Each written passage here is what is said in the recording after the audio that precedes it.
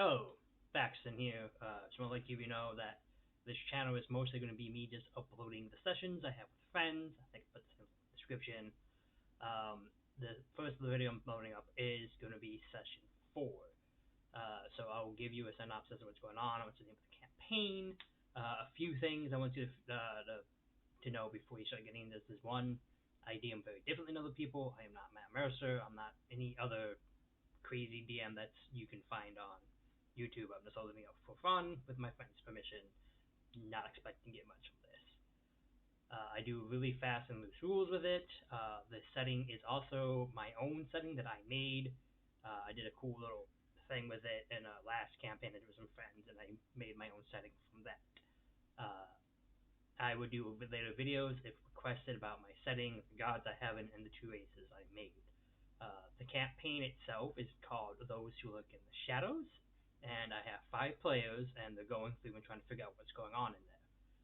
So what's happened so far is we have 2 half orcs, one a barbarian fighter, one a barbarian, named Gomor and Gomar, and they're in the city of Stone Hollow, city of my creation, at the bar, Succubus Temptation, after a long day of work, getting some drinks, and the Tavern Julian is a tiefling who is pretty much puts up with them every time they show up.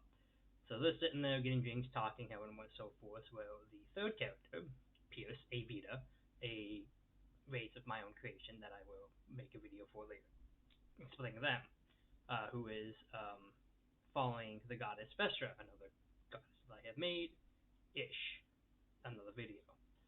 Comes into there and talks to the barkeep a bit, gets a drink, and is called over by the orcs to hang out with them and have a drink with them. Shortly after that, the fourth player comes in. A Varania, I think they'll call it a monkey folk, that is a homebrew that we found online and I allowed in my game because it was pretty well balanced. Named Bone Shepherd. They are a bud. They came in and talked to the tavern keep about, if they can bring in the troupe and come in and have like shows and whatnot. And they say, well, we have a chance out. You should talk to the head guard, and they will let you know.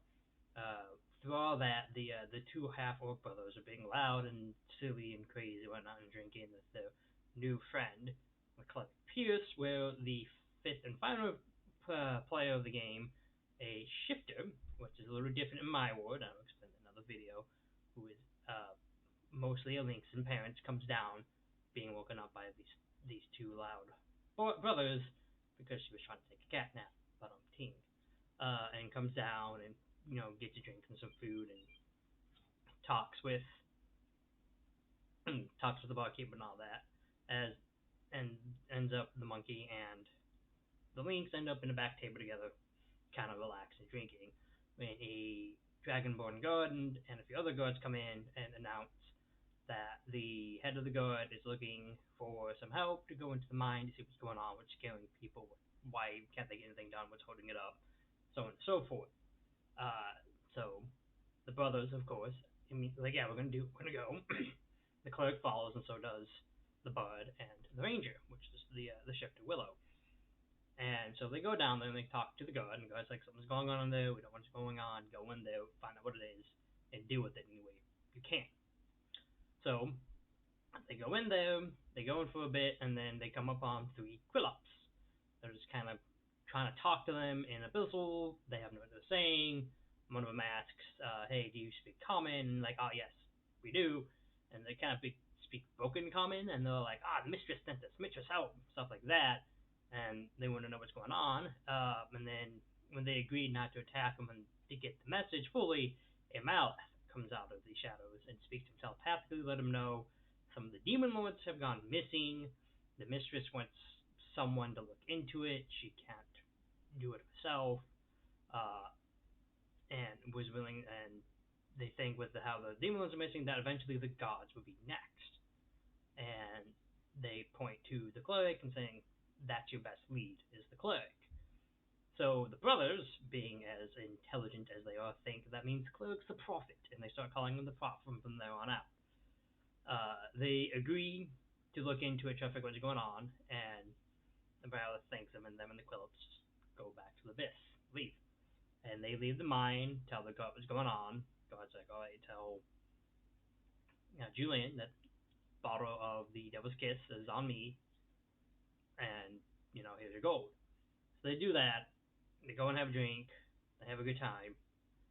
They talk about where they're going to go next. The cleric that night has a dream from Vesra saying, "Go back to where once I was raised." Gives the catchphrase, and says, I believe in you, and wishes him luck. That same night, Willow has a dream of leaves with eyes, blood on her hands, forest, and hoofed feet. Uh, excuse me. And the next morning, Pierce comes down, looks at what's going on. So like, oh hey, we're going to where Vesser was raised, which happens to be the island of Ranxlor. So they get together, they head up, and they start to head out. They make it to one of the ports, and they find Captain Ivan, and get pacifism if some of them will be able to help. The two brothers say, yeah, we can help. Discounting so on and so forth. They all get onto the ship Cribitus, and they head off towards Ranxlor. On the way to Ranxlor, a few days in, they just suddenly are stopped in the water. They don't know why. And they get attacked by some Sanhuine. They Sanhuine and Sanhuine Princess, and they fight them off. The cleric and the ranger Willow both go down, but are brought back up because of the bard. They defeat all the Sanhuine, defeat the Sanhuine princess, clean up the ship, head on up, able to get ship moving again, and head off to Ranxlor. When they get to Ranxlor, they get some horses and they head up to Deepholm, which is the main city there where Vesra was raised. And they go directed to go, hey, if you want to look into Vesra and what's going on Vesra, go to the bar that Vesra was raised. So they go to the bar where Vesra was raised, and there are some patrons in there, and the barkeep, and a dancing tiefling dancer. And they start talking to the barkeep, find out that he is like a great grandchildren of the dwarves that raised Vesra and Halia. Start talking to him about that, get some drinks, them sitting down. There's some guys in the back corner looking all kind of weird and shady. They checked out Pierce, Willow, and Gomar, who were watching the dancer, find out that the dancer takes interest in Pierce as well. Gomar goes talks to two guys. Pierce like nothing's wrong. Goes back to Willow to say nothing's wrong, and they end up leaving in a hurry. The tiefling dancer gets on with dancing, goes down, talks to Pierce, Gomar, and Shepard about Vesra and history and stuff like that. Get some insightful things, and then she leaves in a hurry, has to go deal with something. From there, they go to the temple, look at the temple, find a couple acolytes there, different races, and they find a tiefling scholar there, going through some books, learning some new history. Pierce talks to them, Gomar follows, and Shepard and Willow both go off two different ways looking at shiny things.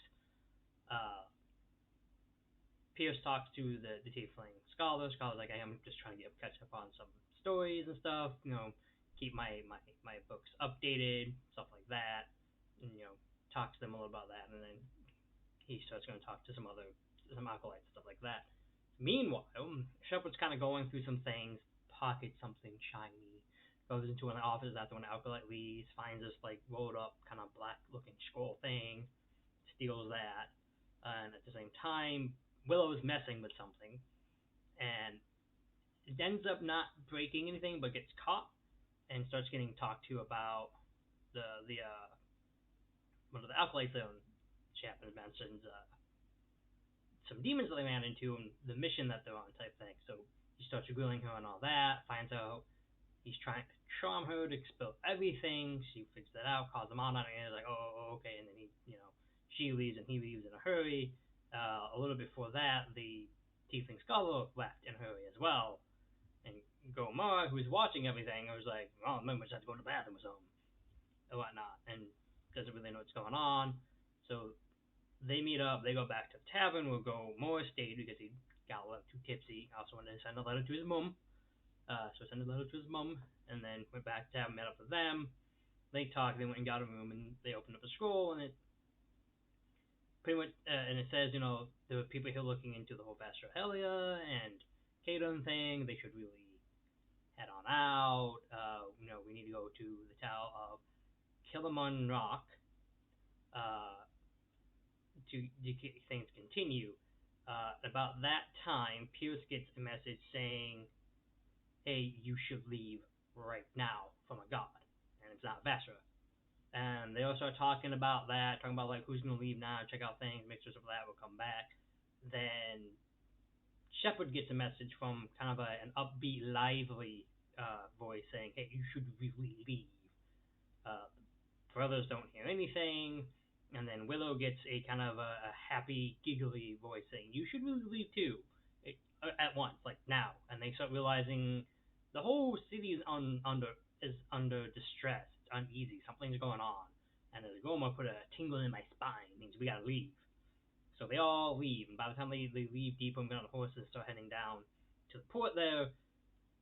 The tingly thing goes away, but they realize they need to go. So they get back down to the port town, and they they get to the tavern where the captain and the crew were kind of hanging out, and they talk to them, and then the master of arms is there with them as well, and he's talking, and they start talking about, like, we need to leave, how soon can you leave, and whatnot. And he just the master of arms kind of looks up in the air, it's a dwarf, looks in the air, and looks at the captain, and the captain just knows that looks like, okay, anyone in the crew, get up, we gotta leave now, we'd be left behind. They get back on the ship, they head back to mainland, and I will leave it there because that's where session 4 picks up. Uh, that's a pretty much quick synopsis on it. A little info on Willow, the character, the player Sparrow, who did something great for me. Let me take their backstory and do what I want. Because they have amnesia, which is why they have that weird flash. Uh, and that same night when they're going there, she had another one that those leaves of eyes actually have like a male figure, and then she remembered a happy giggle or laugh. And every time something happens, I have a roll for it to see how much she remembers. You see me do that in session 4. So that's the quick synopsis and what happened from sessions 1 to 3. Session 4 will be uploaded shortly after this, and then from there on out, I'll probably every week I'll upload each session after that. And every so often I'll make a video talking about like the setting, the gods, and the races that I made, if so be. Um, Not expecting to get famous from this, not expecting to go far. I'm just doing this for fun. If people enjoy it, good. If people don't, that's whatevs. It's something fun to do. Thanks for taking time and watching this. I hope you have a good one. See you all next time.